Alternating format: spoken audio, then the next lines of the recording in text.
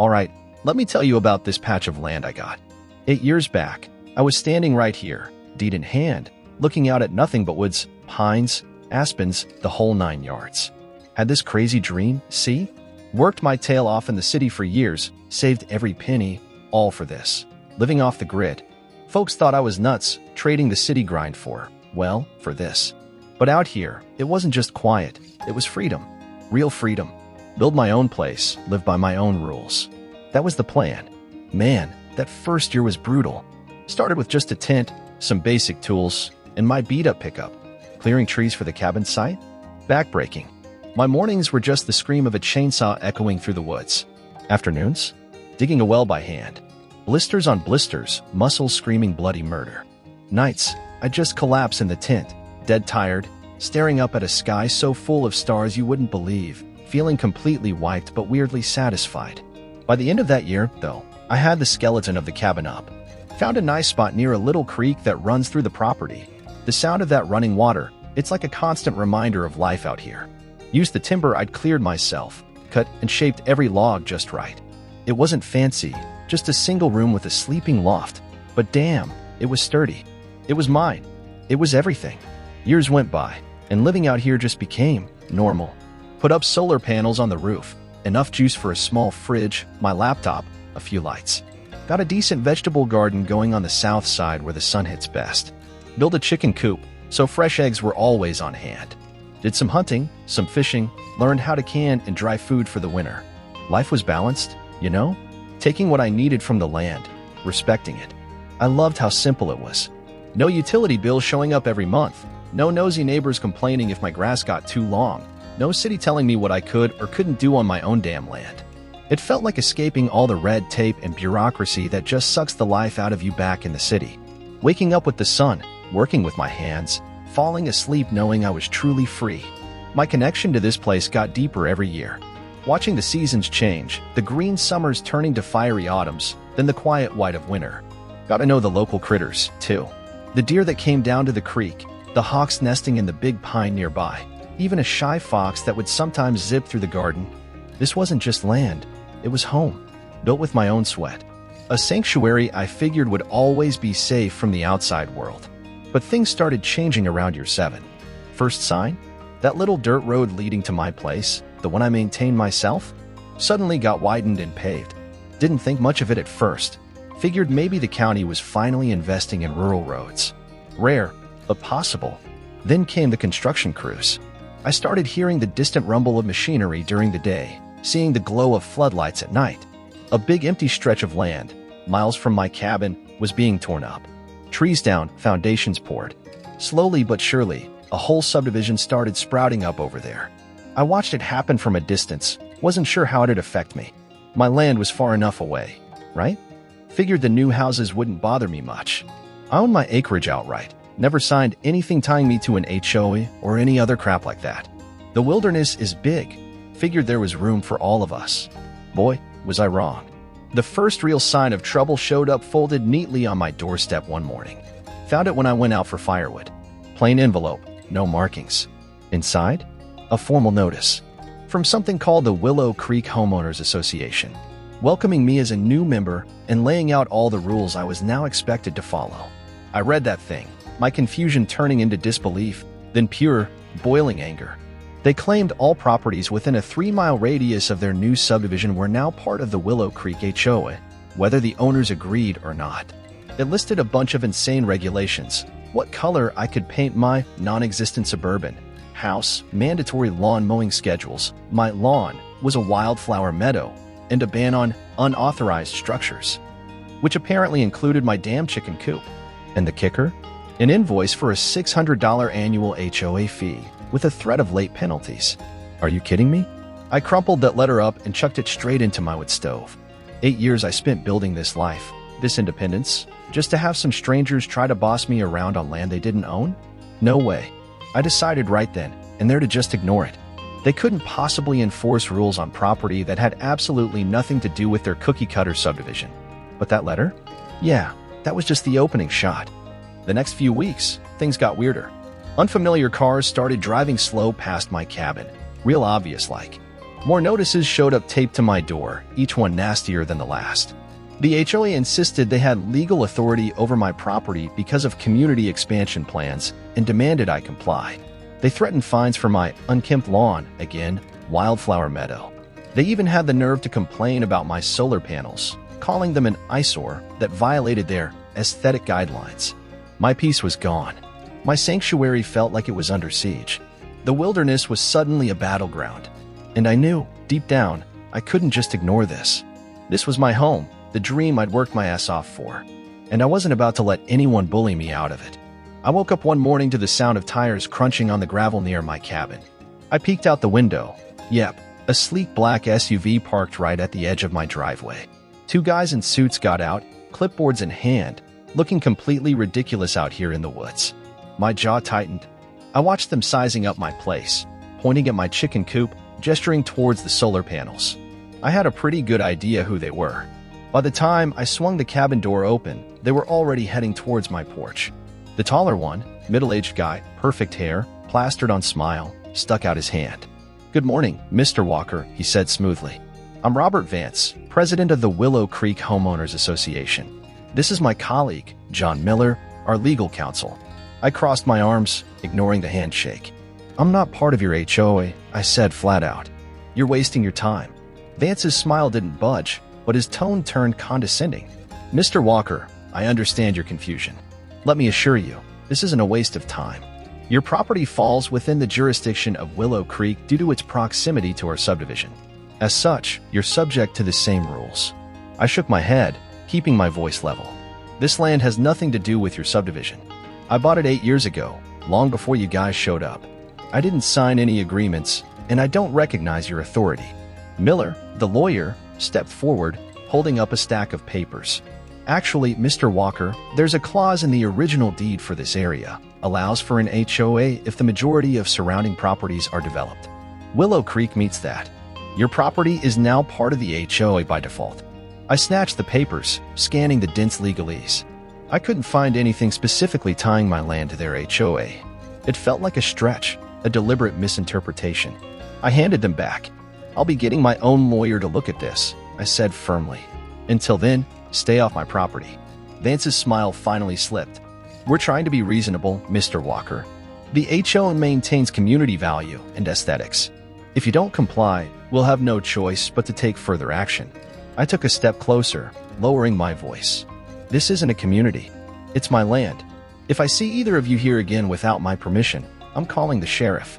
They exchanged a look, then retreated to their SUV. As they drove off, I felt that familiar mix of anger and unease.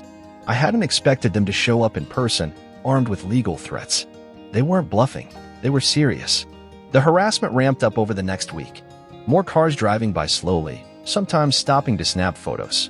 One morning, a bright orange notice was nailed to a tree near my driveway. My chicken coop was an unauthorized structure, 30 days to remove it. Another notice taped to my door targeted the solar panels, violating community aesthetic standards. I documented everything. Photos of the notices, descriptions of the cars, logged every encounter. I knew I needed proof. I also started researching property law and HOAs like crazy. Spent hours online, reading about cases where HOAs overstepped. It was scary stuff. People fined into oblivion, homes foreclosed on, lawsuits over paint colors. These organizations could be ruthless. But I also found stories of homeowners fighting back and winning, usually by proving the HOA had no jurisdiction. It always came down to the details in the deed and the HOA's own governing documents. I knew I couldn't do this alone. I found a lawyer, Jessica Miller, who specialized in HOA disputes. I explained everything over the phone, sent her copies of the notices and my deed. She reviewed it all and called back the next day.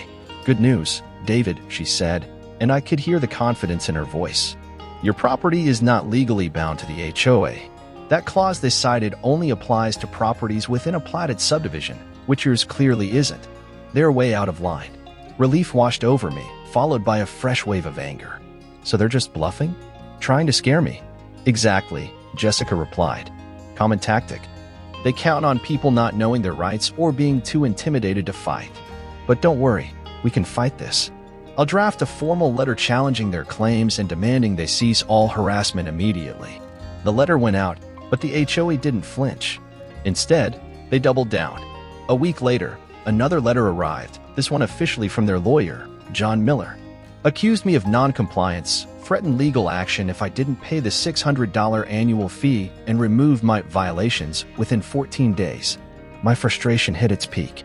I decided it was time to take this public. I recorded a video, standing right in front of my cabin, holding up their latest threatening letter. I explained the whole situation, the harassment, their lack of jurisdiction, everything. I posted it on social media. Man, it took off. Thousands of shares, comments pouring in. People were outraged on my behalf. Some shared their own HOA horror stories. Local news outlets picked it up. Reporters started calling me for interviews. Suddenly, my quiet life wasn't so quiet anymore. But I welcomed the attention. Public pressure could be a powerful weapon against bullies like the Willow Creek HOA. As the spotlight intensified, I braced myself. I knew the HOA wouldn't just crawl away. They'd fight back, probably harder than ever. But now, I wasn't just fighting for my home. I felt like I was fighting for everyone who'd ever been pushed around by an HOA. The battle for my land was just getting started. One morning, I woke up to a weird quiet. Not the usual peaceful quiet of the woods, but like a tense quiet. Stepped outside, coffee in hand, and saw why. Those damn orange notices? They were everywhere.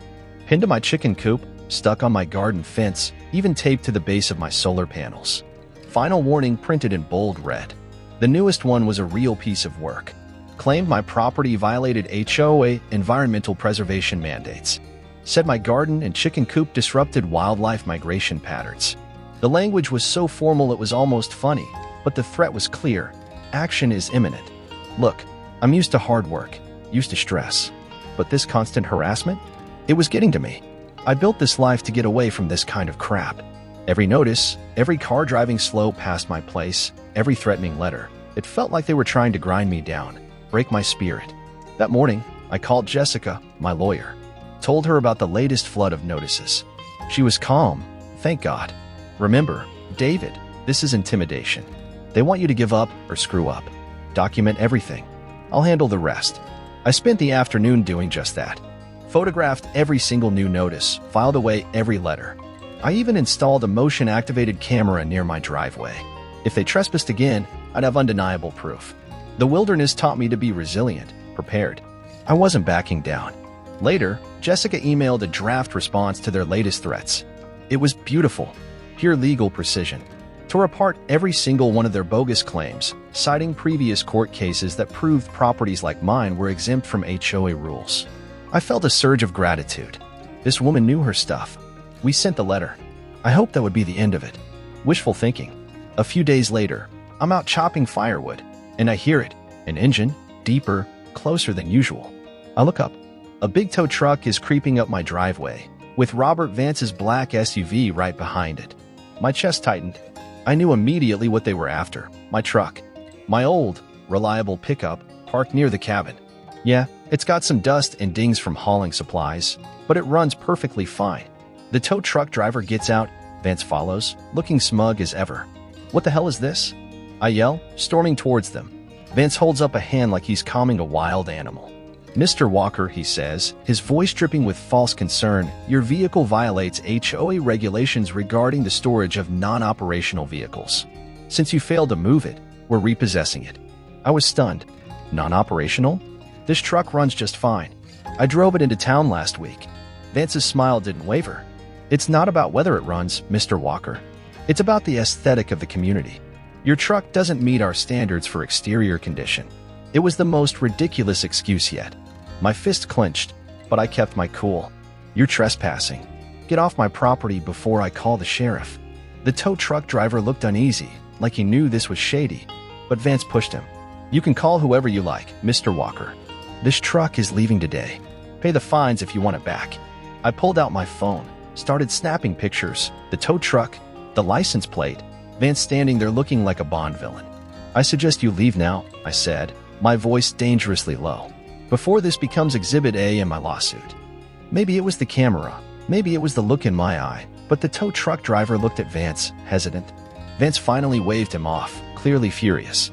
The truck backed out, Vance followed, yelling over his shoulder, "This isn't over, Mr. Walker." As soon as they were gone, I called Jessica. Blatant harassment, David, she said. We'll add this to the countersuit immediately. They've crossed the line. The next few weeks were a legal frenzy. The HOA officially filed their lawsuit against me, multiple violations, demanding compliance. We immediately filed our countersuit, harassment, trespassing, emotional distress. The battle lines were drawn. My story kept getting traction online. My videos were shared everywhere. Messages of support poured in from all over the country. People shared their own HOA nightmares. Local news kept following the case. I unwillingly became this symbol of resistance against HOA tyranny. As the court date loomed, the pressure was intense. This wasn't the life I wanted, but I couldn't let them win. Not for me. Not for everyone else watching. The day before the hearing, Jessica called. Nathan, she said, sounding confident, I've reviewed their final arguments. They have nothing. Their case is built on misinterpretations and rules that don't apply to you. We've got this. Despite her confidence, I was nervous. The HOA had money, connections, and they were ruthless. But looking out at my home, my land, the life I built with my own two hands, I knew I had to see this through. This was my fight. And I was ready. The day of the hearing finally came. Woke up early, mind racing. Brewed some coffee, looked out at my land, the garden, the coop, the solar panels. All symbols of the independence I'd fought so hard for. This wasn't just about winning in court. It was about defending my entire way of life. Jessica picked me up. She looked calm, professional, briefcase full of documents. Me? Simple button-down and jeans. Felt a little out of place heading into the courthouse, all marble floors and echoing hallways. Felt worlds away from my quiet woods. The courtroom was small but packed. Reporters were there, cameras ready. And there they were, the HOA legal team, Vance and Miller front and center, looking sharp and smug. Daniel Blake's smug smile hadn't faded one bit. It just fueled my anger. The judge came in, a stern-looking woman, got right down to business. The HOA's lawyer, Miller, went first. He laid out their case, how my property was supposedly under their jurisdiction because it was near the subdivision, how I was violating community standards, hurting property values, being uncooperative. He painted me as some rogue hermit thumbing his nose at the community. He showed grainy photos of my chicken coop, my solar panels, even my truck, trying to make them look like eyesores.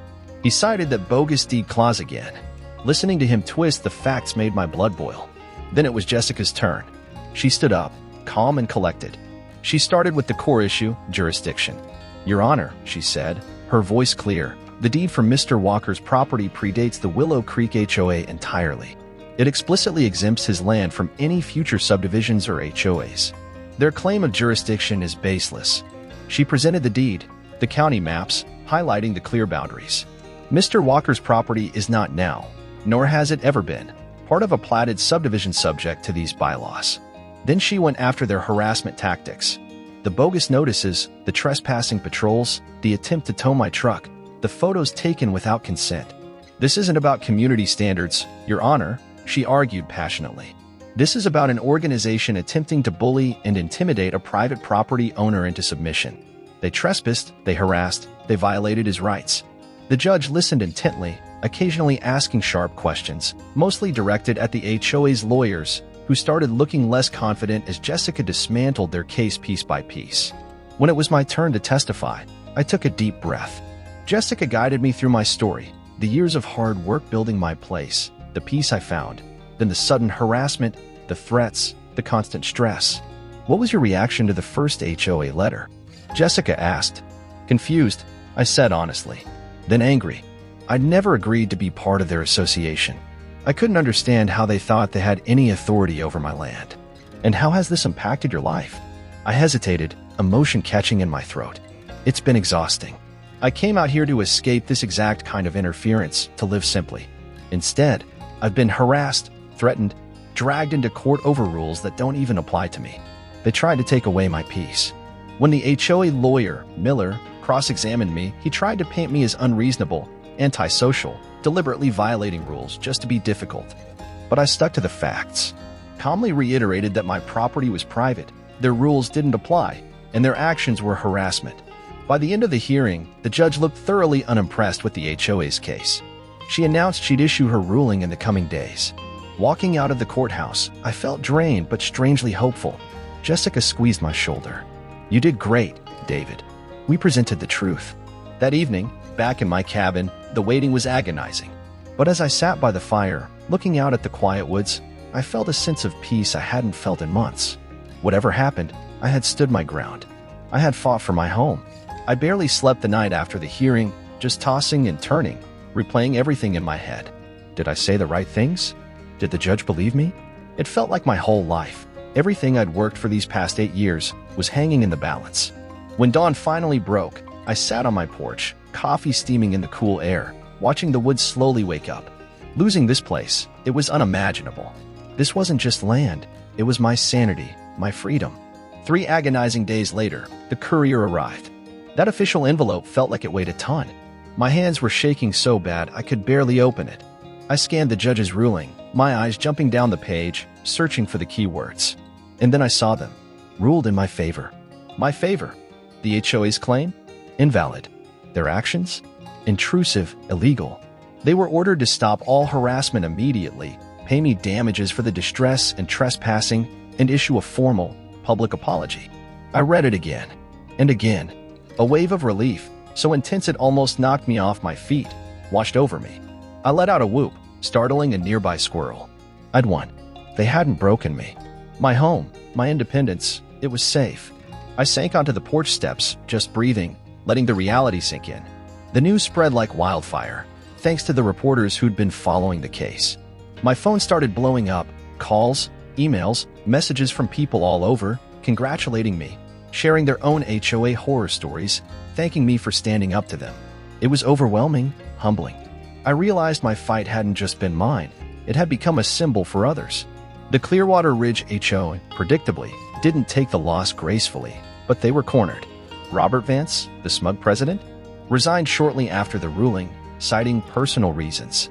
Yeah, right? Rumor had it the residents were furious about the wasted money and the bad press. The HOA was forced to pay the damages, issue a cringe-worthy public apology, and basically crawl back under their rock. With the damages awarded, I finally had the funds to make some real improvements to my place. Fixed up the garden fence properly, expanded the chicken coop, guess it wasn't disrupting migration patterns after all, and upgraded my solar system. Every nail hammered, every panel installed felt like another small victory, reclaiming my space, making it even more mine. Life started settling back into that quiet rhythm I loved. Days spent working the land, evenings by the fire. The constant anxiety was gone, replaced by a deep sense of peace. The memory of the HOA's intrusion faded, though I kept the court documents filed away, a reminder of the fight won. One crisp autumn morning, I was out by the creek, shoring up the banks, when a car I didn't recognize pulled up. A woman got out, looking a little hesitant. "Mr. Walker," she called out. "That's me," I said, setting down my shovel. She introduced herself as Emily Davis, a new resident in Clearwater Ridge. "I heard about your case," she said. "I just wanted to thank you. We moved here a few months ago, didn't know about all the HOA issues. But things have really changed since your lawsuit. They're much less aggressive now. People are pushing for reforms. I think you made a bigger difference than you realize." Her words hit me. I'd fought for myself, for my land. But hearing that my struggle had actually helped others, made a real difference in that community I wanted nothing to do with, that felt good. Really good. That evening, I pulled out an old journal I hadn't touched in years. Started writing again. About building the cabin, the peace of the wilderness, the whole crazy HOA battle. It felt good to get it all down, process it. I realized how much I'd learned. About the law, sure, but mostly about myself. The wilderness made me resilient. The fight made me brave. As the fire crackled and the stars started popping out in the impossibly dark sky, I closed the journal, looked out the window at my land, lit softly by the solar lights. This was my home, my sanctuary, and it always would be. Whatever came next, I knew I could handle it. I'd fought for my freedom, and I'd won.